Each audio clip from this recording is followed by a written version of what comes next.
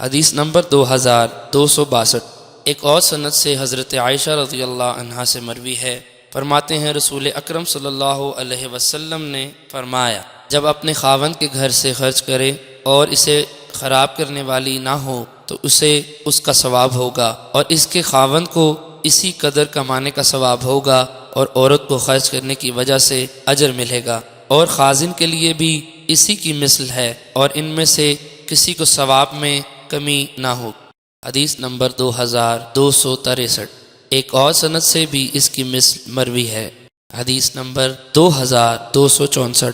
حضرت ابو لہم کے غلام حضرت عمیر سے مروی ہے، فرماتے ہیں میں جب غلام تھا تو میں نے رسول اکرم صلی اللہ علیہ وسلم سے پوچھا، کیا میں اپنے مالکوں کے مال سے صدقہ دے سکتا ہوں؟ آپ نے فرمایا ہاں، اور ثواب تم دونوں کے درمیان آدھا آدھا ہوگا۔ حدیث نمبر 2265۔ حضرت ابو لہم کے غلام حضرت عمیر فرماتے ہیں، مجھے میرے مالک نے حکم دیا کہ میں گوشت سے کھاؤں، اتنے میں میرے پاس ایک مسکین آ گیا تو میں نے اس میں سے اسے کھلا دیا۔